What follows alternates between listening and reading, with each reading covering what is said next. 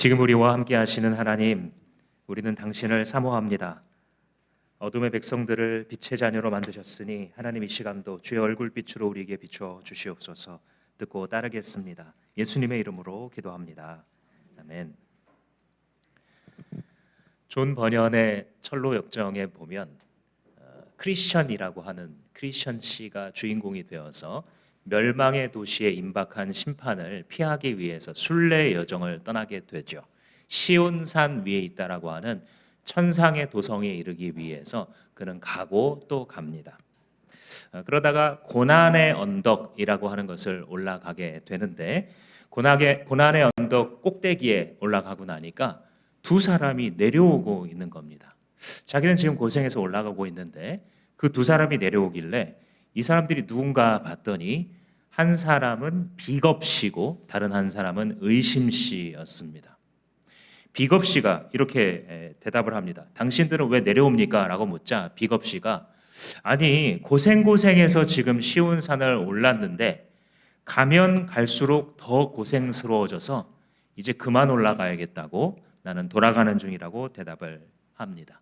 그러자 의심씨가 맞장구를 칩니다. 맞습니다. 저 앞에 가보면 사자 2마리가 있는데 지금 자고 있는지 깨어 있는지는 모르겠지만 더 나아가다가는 그 사자들한테 갈기갈기 찢겨 죽을 것 같아서 이제 나는 생각도 하고 싶지 않다라고 대답을 하는 거였습니다. 이 말을 듣던 크리스천 씨는 섬뜩했지만 그렇다고 되돌아간다 해도 안전할 것 같지가 않아서 그냥 한 걸음씩 나아가기로 했습니다. 이 고난의 언덕 맨 위에는 아름다움의 궁전이라고 하는 곳이 있어서 거기서 하룻밤을 묵기 위해서 200m 정도 남겨놓고 가까이 가고 있을 때에 길이 점점 더 좁아지는 것이었습니다.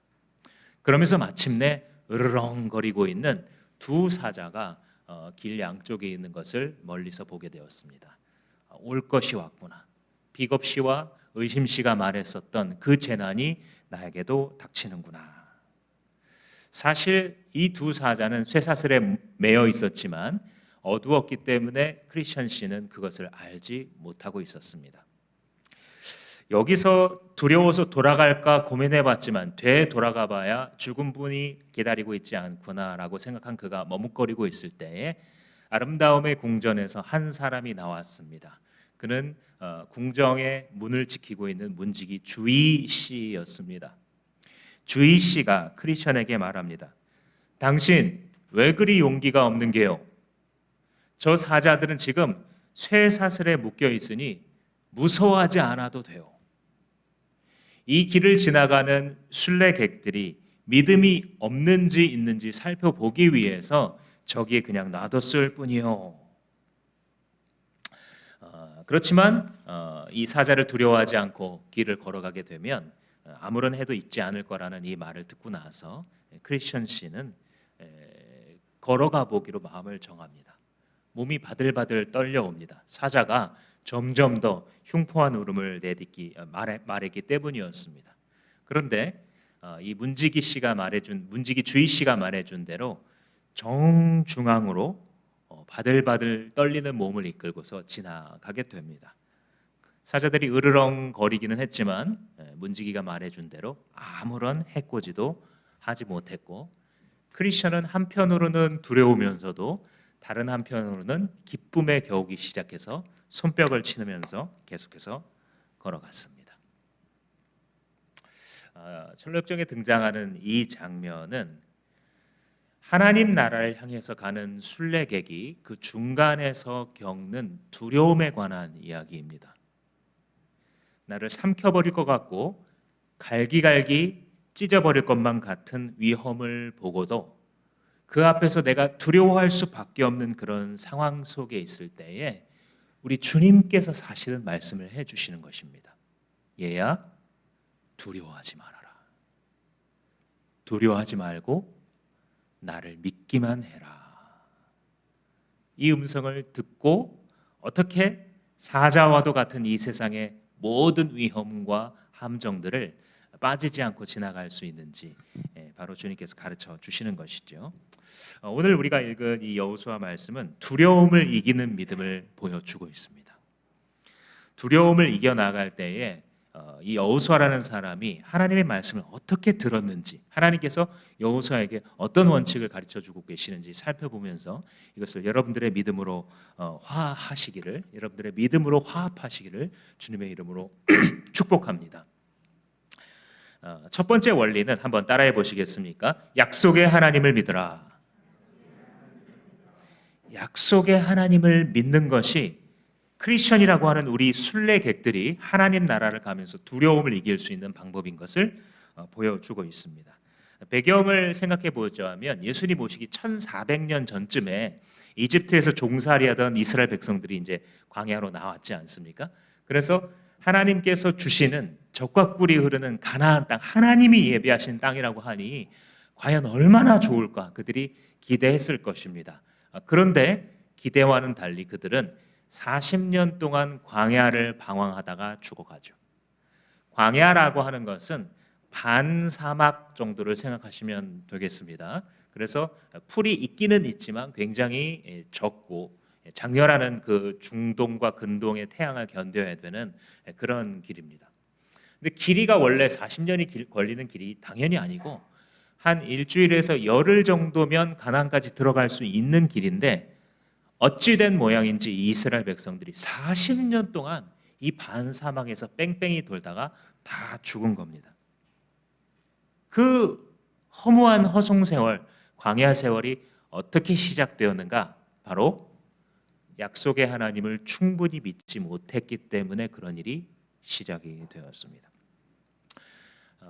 시간을 돌려서 40년 전으로 가보자면 하나님께서 얘들아 내가 너에게 주는 이 가나안 땅을 가서 차지해라 주님 말씀하셔서 이제 정탐꾼 12명을 보냈죠. 근데 그 중에서 2명의 정탐꾼은 믿음을 가지고 말했지만 절대 다수에 해당하는 10명의 정탐꾼이 그래 좋은 땅인 것 같기는 한데 저들 앞에서 우리는 밥에 불과하다 이렇게 평가를 내립니다. 그들 볼 때 우리는 메뚜기라 우리가 잡아먹힐 거야 이렇게 말합니다. 이 두 사람의 소수의 의견은 아니다. 하나님이 우리와 함께 계시는데 어떻게 우리가 밥이 되냐? 저들이 우리의 밥이다 라고 믿음으로 외쳤지만 사실 절대 다수의 이 이스라엘 백성들은 이 10사람의 부정적인 리포트를 받아들입니다. 그래? 그렇게 강한 나라였어? 우리는 저들의 메뚜기 밥 정도밖에 안 되는 사람이야? 그럼 왜 우리를 여기까지 이끌고 이 고생길로 이 길이 아닌가벼를 여기 와서 하면 어떡해? 하고 그들이 돌을 들어서 모세와 저 땅을 들어가고자 하는 지도자들을 쳐 죽이려고 했습니다. 그때 하나님께서 나타나셔서 주님의 종들을 보호하시고 이 출애굽 1세대에게 분노하셔서 그들이 광야에서 다 쓰러져 죽게 만드십니다. 이거는 사실 자기들이 믿은 대로 된 거예요. 믿음이라는 것이 양방향으로 다 능력이 있어서 우리를 왜 이 땅으로 이끌어내어서 광야에서 여기 와서 죽게 만들려고 우리를 이끌어냈어? 라고 부정적으로 하나님을 믿지 않는 언행으로 선포를 했죠. 근데 그대로 1세대들은 광야에서 죽고 말았던 것입니다. 근데 이제 그렇게 됐을 때에 우리가 이런 역사적인 사실을 볼 때 배워야 되는 게 있어요. 이 작은 순종이 아니구나. 반대로 작은 불순종이 아니구나라는 것이에요. 우리 삶에 있어서 하나님께서 뭔가를 말씀하실 때 늘 순종을 연습하세요. 그런 사람에게 기쁨과 열매가 가득하게 될 것입니다. 결국은 하나님 말씀대로 이 출애굽 1세대는 40년을 광야에서 뺑뺑이를 돌다가 죽었고 1세대의 대표라고 볼 수 있는 모세도 결국은 가나안 땅에 들어가지 못하고 죽게 됩니다. 요게 이제 이 여호수아서의 배경이에요. 여호수아서가 시작할 때 가지고 있는 그 리스크, 위험 상황이 어떤 거냐면 위대했던 지도자가 쓰러진 겁니다. 우리가 어떤 운동을 시작하거나 집단을 시작할 때 탁월한 지도자가 쓰러지게 되면 이 나머지 군중들이 사분오열되어서 역사의 뒤안길로 사라지는 경우가 굉장히 많이 있습니다. 여기서 바톤을 넘겨받은 지도자가 바로 여호수아입니다. 그는 아주 자명하게도 매우 두려웠을 것입니다. 매우 두려웠을 거예요. 생각해 보면 지금 자기가 그렇게도 의존했던 큰 리더가 사라진 상황이고, 앞에는 나아가자니 강한 가나안 군대가 같이 있잖아요. 그리고 뒤에는 그동안 계속해서 불평과 불만을 일삼았었던 말 듣지 않는 이 백성들이 같이 있는 겁니다. 아니, 나는 모세 선생님도 이 사람들을 설득해서 오는 것을 거의 실패하다시피 했는데 내가 뭐라고 이 일을 어떻게 할 수 있겠는가? 가나안 땅에 엄연히 성벽을 쌓고 방비하고 있는 이 사람들에게 나가는 것도 두렵고, 그리고 현재 답답한 상황이 있을 때에도 물러나자니 광야밖에 없고 앞으로 가기도 뒤로 갈 수도 없는 이런 상황. 여러분들도 그럴 때 있지 않으십니까? 앞으로 나아가기도 두렵고 지나왔던 과거의 생활들도 후회스럽고 현재는 마치 늪에 빠져버린 것처럼 답답하고 어떻게 풀려가야 될지 알지 못하는 그 자리에 하나님이 계십니다. 여러분은 그렇게 하나님을 만나는 것입니다. 내 힘으로는 앞으로도 갈 수 없고 뒤로 물러갈 수도 없고, 과거가 자랑스럽지도 않고 미래가 기대되지도 않으며 현재의 소망도 많지 않은 그 자리에서 주님께서 여러분들에게 말씀해 주십니다. 얘야, 두려워하지 말아라. 나를 믿고 담대해라. 주님께서 여러분들에게 말씀해 주십니다. 우리가 하나님을 믿고 따라갈 수 있는 이유는 무엇이냐면 그가 약속의 하나님이시기 때문에 그래요. 성경이 가르치는 약속의 하나님, 언약의 하나님은 어마어마한 중요성을 갖는 개념. 쉽게 말하면 하나님의 신용도는 무한대다라는 거예요. 여러분들도 친구나 지인들을 사귈 때에 어떤 사람은 한 번 말하면 좀 믿음이 가죠. 근데 어떤 사람은 말해봤자 저 사람이 나중에 가가지고 정말 이대로 할까 싶은, 도대체 믿음이 안 가는 분들이 있을 겁니다. 저도 학창 시절에 어떤 친구 이렇게 돈을 빌려주면 야, 내가 다음 주까지 꼭 갚을 테니까 이것만 빌려줘. 그래서 빌려줬는데 다음 주가 돼서 아무 말도 안 해요. 그래서 조금 더 기다렸다가 한 2주쯤 지나가지고 야, 너 근데 지난주까지 주기로 했는데 말하면 그랬냐? 조금만 더 기다려달라.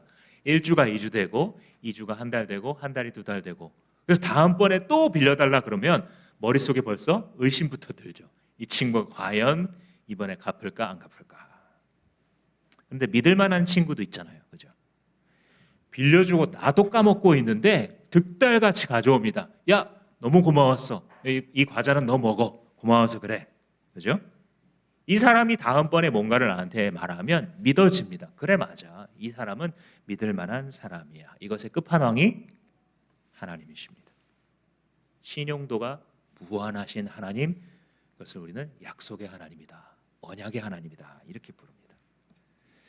그분의 신용도가 어느 정도냐면 오늘 이 본문을 시작할 때 2절에 보시면 나의 종 모세가 죽었으니 이제는 여호수아 네가 대신해서 이 땅을 밟아라. 그러면 네가 밟는 땅을 내가 다 약속한 대로 주겠다, 이렇게 말씀해요.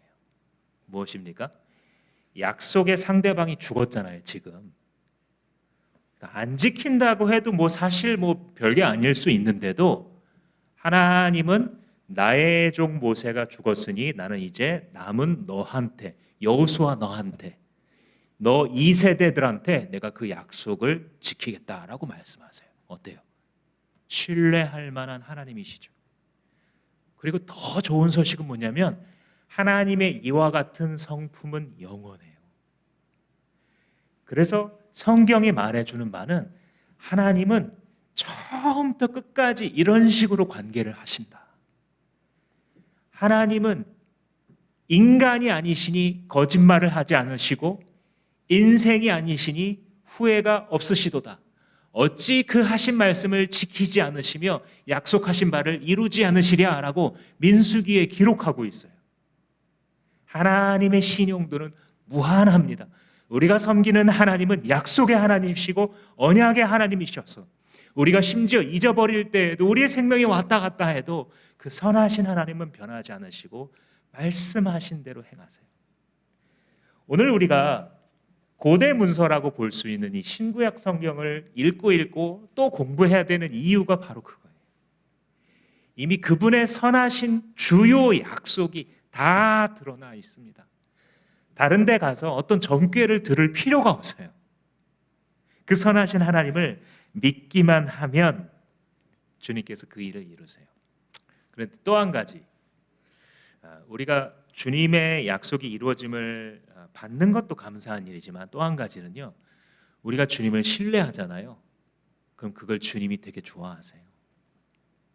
왜냐하면 이 세상에는 하나님의 백성이라는 이름이 있어도 하나님을 진짜 신뢰하는 사람은 드물거든요. 그래서 하나님의 약속을 믿어버린다는 것은 하나님의 시각에서 볼 때 자기 자신을 인정해 주는 거예요. 이 작은 피조물인 한 인간이 하나님의 하나님 되심, 즉 약속의 하나님이심을 믿어드리는 거예요. 그래서 하나님 기뻐하십니다.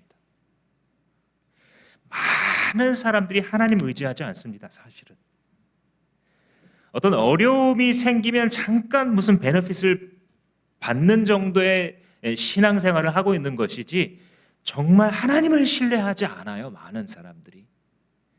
그런데 하나님께서 보실 때에 어린아이처럼 정말 자기한테 기대며 자신의 전 존재와 삶에 있어서 하나님, 나는 당신이 필요합니다 하고 하나님을 신뢰하는 자 얼마나 이쁘시겠어요. 그래서 하나님을 신뢰하는 사람은 하나님을 기쁘시게 하는 동시에 하나님을 영화롭게 하는 것입니다. 하나님은 믿을 만한 분이시다, 선하신 분이시다라는 것을 드러내기 때문에 그분에게 영광 돌리는 방법이 되는 것입니다. 이렇게 하나님을 믿잖아요. 하나님을 신뢰하잖아요. 그러면 우리 안에 따라오는 능력이 있습니다. 그것을 우리는 용기라고 부릅니다. 그 슈퍼히어로 영화를 보면 막 거미줄을 쏘고 하늘을 나는 뭐 이런 걸 이제 능력으로 보잖아요.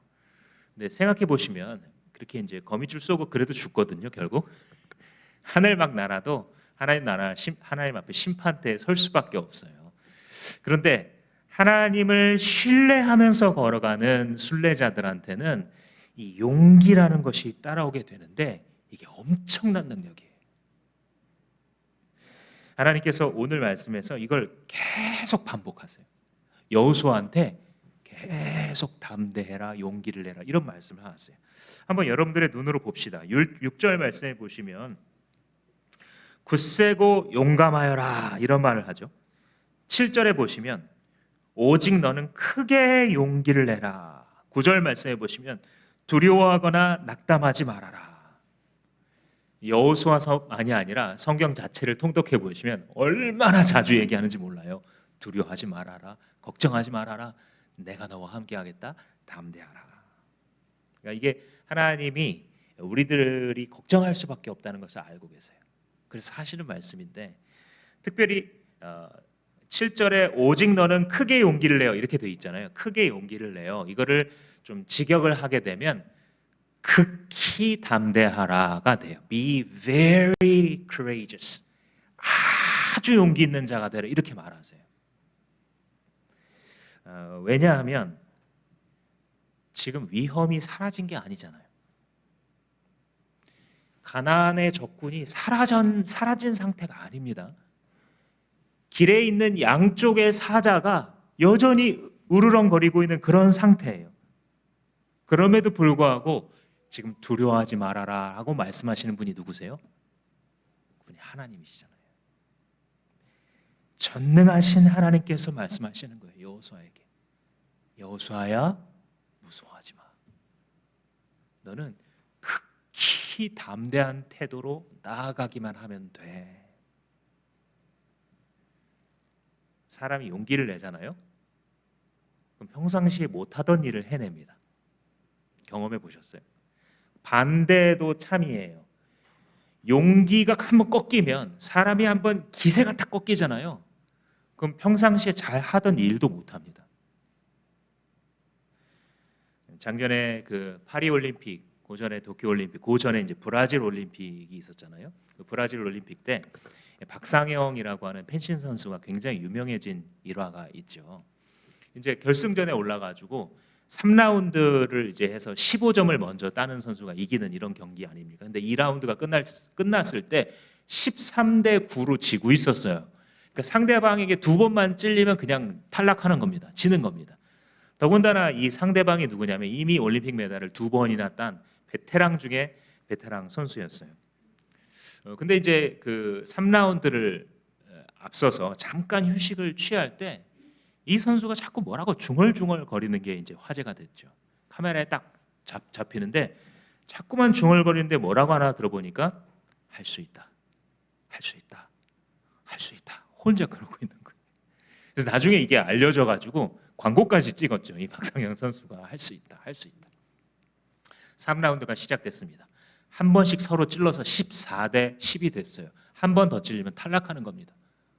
근데 그때부터 가슴을 찌르고 어깨를 찌르고 또 피하고 또 가슴을 찌르고 이렇게 해서 15대 14로 역전하고 금메달을 따게 되죠. 그러니까 사람이 믿음으로 살지 않더라도 용기를 내면 어느 정도까지 갑니다. 하물며 천지를 지으신 하나님께서 용기를 내어라 라고 말씀하실 때 아멘 한다면 무슨 일이 벌어지겠어요? 근거가 없이 자기 최면을 하는 것은 사실은 실패할 수도 있어요. 할 수 있다, 할 수 있다 해놓고 못한 사람이 훨씬 더 많아요. 그죠? 그런데 주님을 믿는 사람들은 근거가 있는 거예요. 신용도가 최고이신 선하신 하나님, 나를 향하사 악의가 조금도 없으신 선하신 하나님께서 얘야 너는 극히 담대해라, 나를 믿기만 해라 라고 말씀하시니 이것을 아멘하는 사람, 주님 그렇습니다, 그렇게 되어지길 원합니다, 주님은 그런 분이신 줄로 내가 인정합니다 라고 하는 사람들에게 하늘의 역사가 나타날 수밖에 없는 것입니다. 마치 하나님께서 우리식으로 말하자면 여호수아한테 이렇게 말씀하시는 거예요. 여호수아야, 할 수 있다? 할 수 있다? 너 할 수 있어? 우리 잠시 옆 사람에게 하나님의 음성을 들려주는 도구가 되시겠습니다. 자, 옆 사람에게 할 수 있습니다, 할 수 있습니다 3번씩 시작. 믿으십니까? 우리는 할 수 있다라는 것이 다만 우리의 마인드 컨트롤을 위한 주문만은 아니라는 것을 아셔야 됩니다. 이것은 우리가 검증된 하나님의 백성들 가운데 지난 수천 년간 역사하셨던 진리를 지금 배우신 겁니다. 하나님, 나 스스로를 보면 할 수 있는 능력이 하나도 없고 나를 둘러싼 환경을 보면 할 수 있을 만하지가 않은데 그럼에도 주님이 그렇게 말씀하시니 주의 말씀 의지하여 나는 이제부터 믿겠습니다, 나는 이제부터 담대하겠습니다 라고 말할 때에 주님 기뻐하시죠.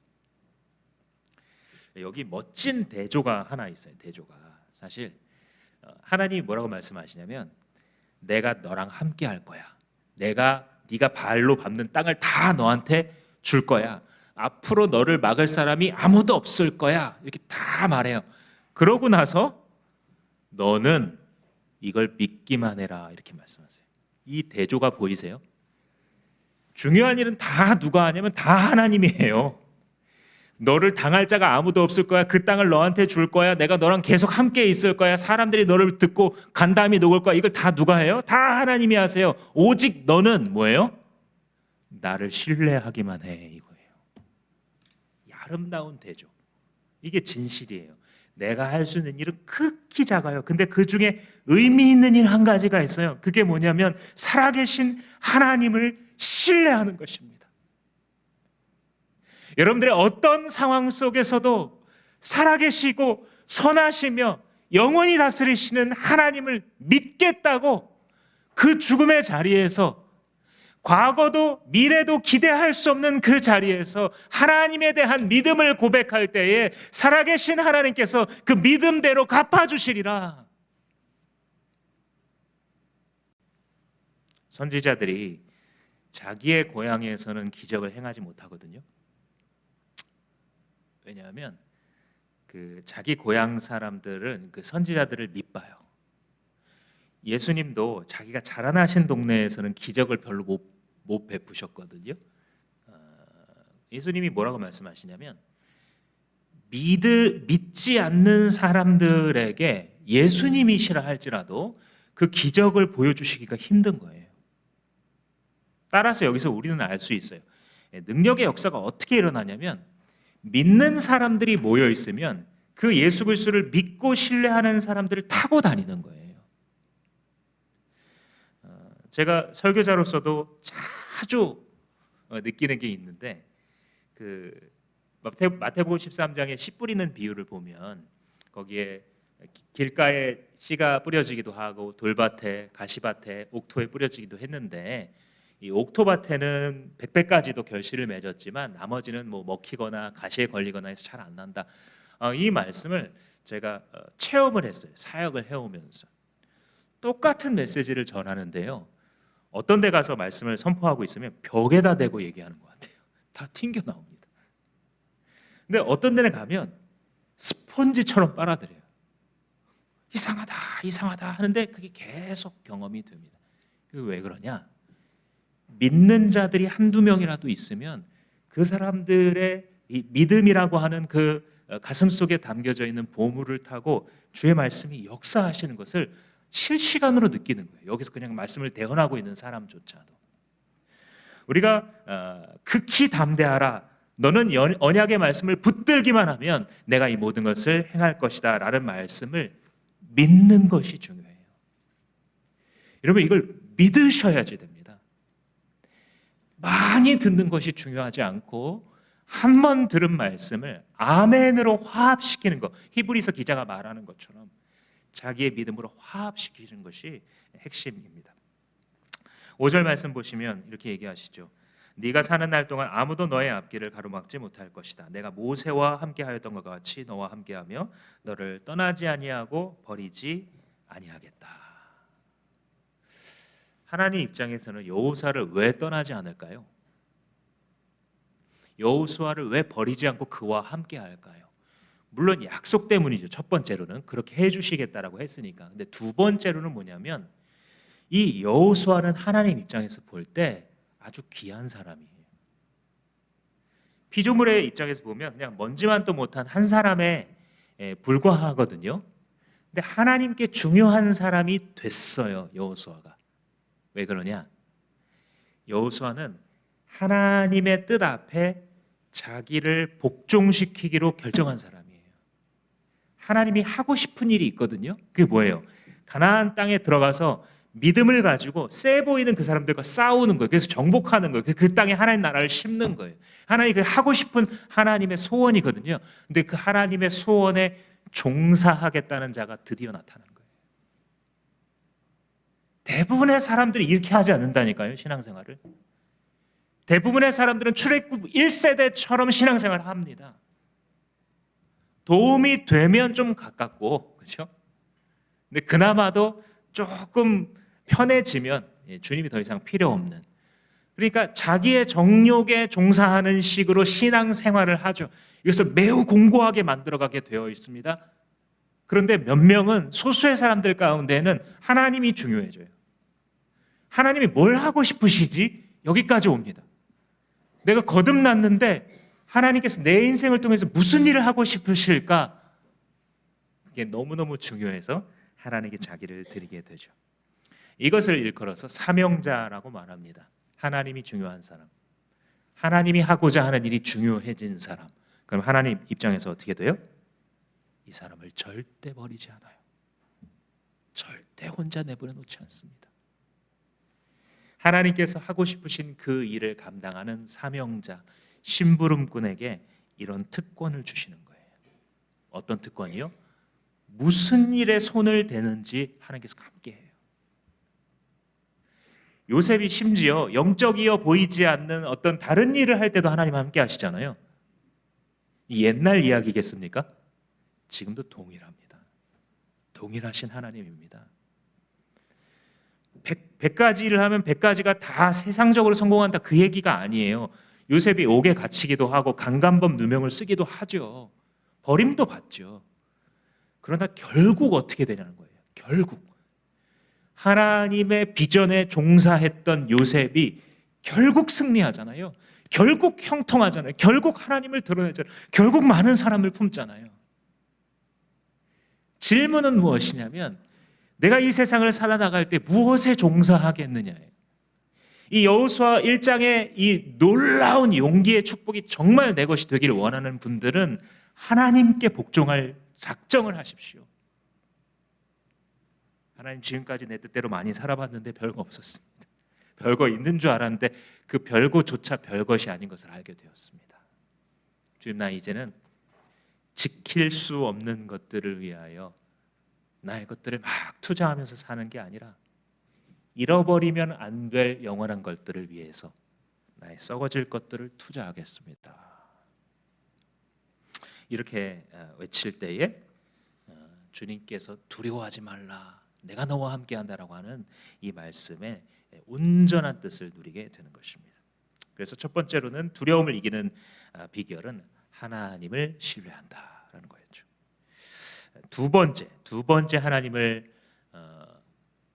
두려움을 이기는 하나님을 신뢰하는 방법은 한번 따라하시겠습니다. 말씀을 묵상한다. 말씀을 묵상한다. 이 두 가지 비결이에요. 결국은 어떻게 이 세상에서 만나는 사자와 같은 두려움 사이를 정중앙으로 통과해 가느냐. 첫 번째, 하나님을 신뢰해야 돼요. 두 번째, 그의 말씀을 따라가야 됩니다. 이 두 가지입니다. 결국 7절 말씀을 보시면, 오직 너는 크게 용기를 내어 너에게 지시한 모든 율법을 다 지키고 그러면 네가 어디를 가든지 성공하게 될 것이다. 이렇게 되는 것이죠. 여러분, 이 표현에 한번 주목해 보세요.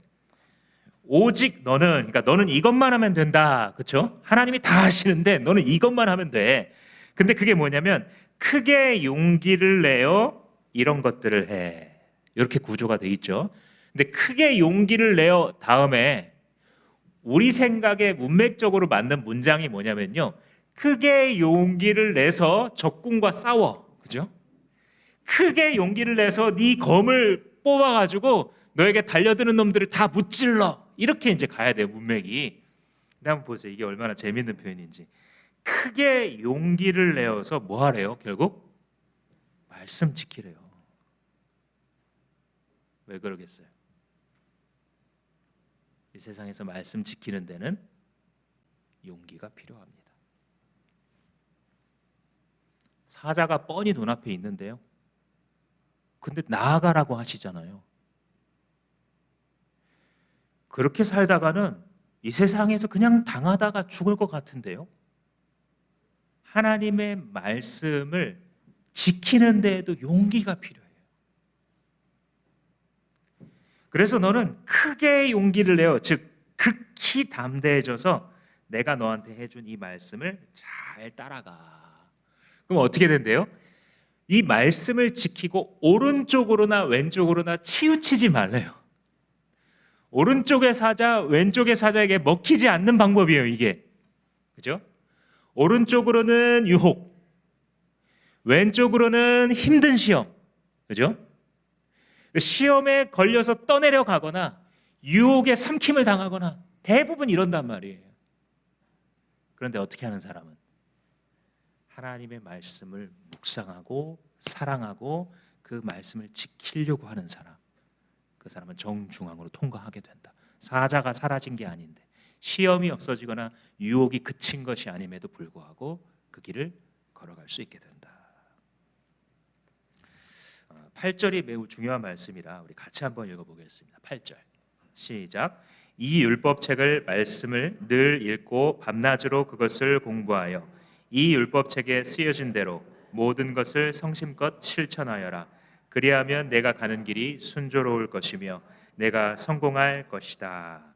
여기서 율법책의 말씀을 읽고 늘 공부해라 그러잖아요. 공부하다, 하가라고 하는 히브리어 단어인데, 이건 뭐냐면 낮은 목소리로 중얼중얼 하는 거예요. 어떻게 해요? 할 수 있다, 할 수 있다, 할 수 있다. 이런 것처럼 하나님의 말씀을 접할 때에 그거를 계속해서 입으로 중얼중얼 하는 거예요. 사실은 이것은 하나님의 말씀을 암송하는 과정에 가장 가깝다고 볼 수 있습니다. 근데 이제 왜 그러냐면 낮은 소리로 읊조리거나 아니면 중얼중얼 거리는 것은 결국은 뇌리에 새기는 과정이에요. 여러분 한번 실험해 보세요. 내일 아침에 일어나셔서 어떤 노래를 한 3번 정도 들으면서 막 따라 불러보세요. 그러면 한 점심때쯤 되면 자기도 모르는 사이에 어떻게 하고 있어요? 그 노래 멜로디를 흥얼흥얼 거리고 있죠. 왜 그러겠어요? 자기의 뇌리에 새겨지기 시작한 거예요. 하나님의 말씀을 흥얼거릴 정도가 되면 이제 이 사람을 막을 길이 없는 거예요. 이 사람을 거꾸로 때릴 수 있는 사자가 없는 거예요. 너는 주야로 밤낮으로 이것을 공부해서 뇌리에 박히도록 해라. 하나님의 말씀 아래 서는 법을 배워라. 하나님의 말씀 아래 엎드려 있고 그 말씀의 길 위에 서서 가게 되면 너의 가는 모든 길이 순조로울 수밖에 없다. 다시 한번 이건 사명자에게 주시는 말씀입니다. 내가 하나님의 사람인 것을 깨달은 자에게 주시는 특권입니다.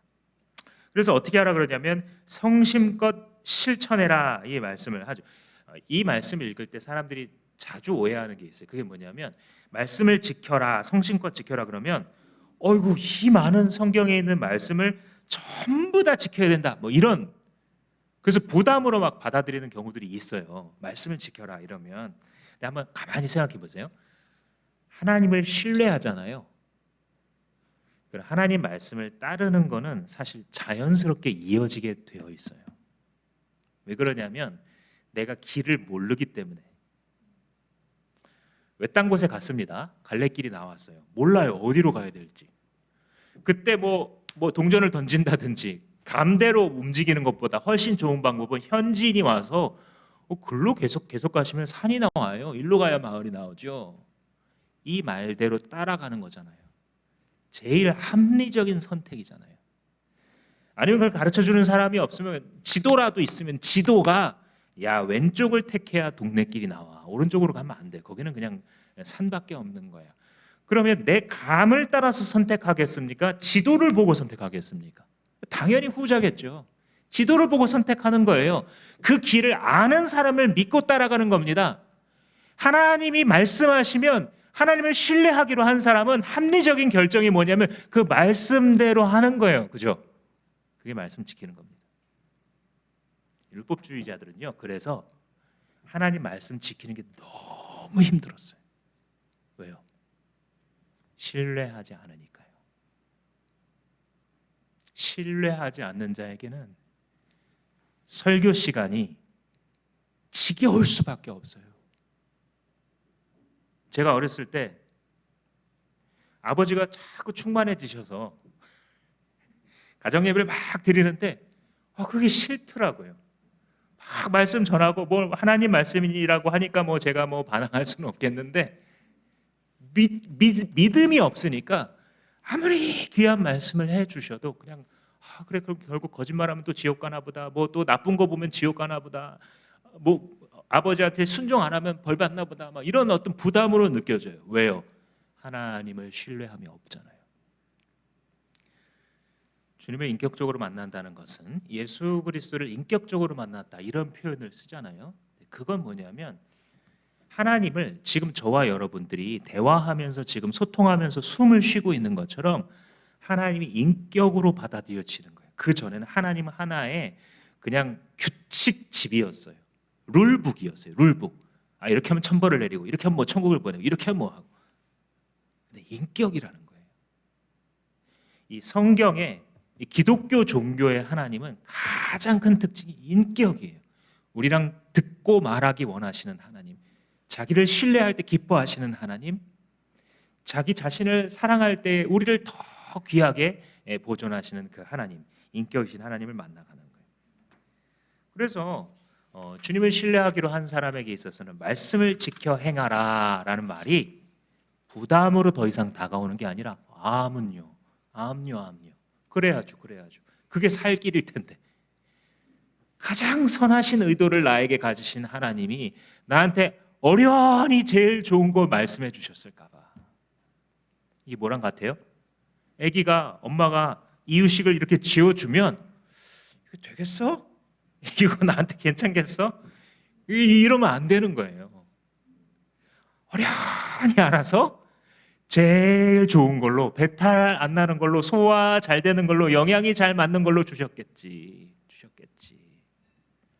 그래서 이 순종을 한다는 것이 고역이 되는 것이 아니라 나를 위한 약이라는 것을 알고 따라가는 거예요. 그게 하나님을 인격적으로 영접했을 때, 주님의 말씀을 인격적으로 읽어나갈 때 우리들에게 일어나는 일인 것입니다. 그래서 하나님을 신뢰하잖아요. 말씀 지킬 수밖에 없어요. 아니 내가 길을 모르는데 누굴 따라가요? 내 느낌을 어떻게 따라가요? 특별히 중요한 것이 여러분들 공동체에게 주신 말씀을 여러분 지도로 삼으세요. 하나님은 우리에게 필요한 말씀을 필요한 때에 주시는 것을 실패하시지 않는 하나님이세요. 누가 실패하냐면 우리가 실패해요. 하나님의 말씀을 들어야 될 자리에 안 나타나요. 아니면 들었음에도 불구하고 그 하나님의 말씀을 내 믿음으로 화합하지 않아요. 그래서 우리가 실패하는 거지, 하나님은 주의 백성들이 주님 앞에 모여서 주님을 사모합니다 하고 예배하고 있을 때에 그 자리에서, 공적인 예배의 자리에서 우리에게 꼭 필요한 생명의 길을 알려주시기를 실패하시는 적이 없어요. 그래서 여러분들 예배가 소중한 걸 아셔야 돼요. 절대 예배의 자리를 피하시면 안 돼요. 그 한 주간의 내비게이션에 해당하는 거 꼭 들으셔야 돼요. 아, 목사님, 그럼 인터넷으로 설교를 들으면 되겠군요. 아니요. 제가 양심적으로 그렇게 대답을 할 수가 없어요. 하나님께서 자신의 백성들이 너희들은 모이기를 패하는 어떤 사람들의 습관과 같이 하지 말아라. 종말이 다가올수록 더욱 모이기에 힘써라라고 하신 말씀대로 이 자리에서 우리가 온 마음을 다해서 부족하지만 함께 찬양하고, 그죠? 부족하지만 함께 기도하고, 부족하지만 은혜를 나누기도 하고, 부족하지만 말씀을 선포하고 듣는 그 과정 속에서 이 쌍방향으로 이루어지는 그 성령의 교통하심 가운데 나한테 확신시켜주는 한 가지가 있어요. 그걸 발견하셔야 돼요. 예배 시간에. 하나님은 실패하시지 않으신다.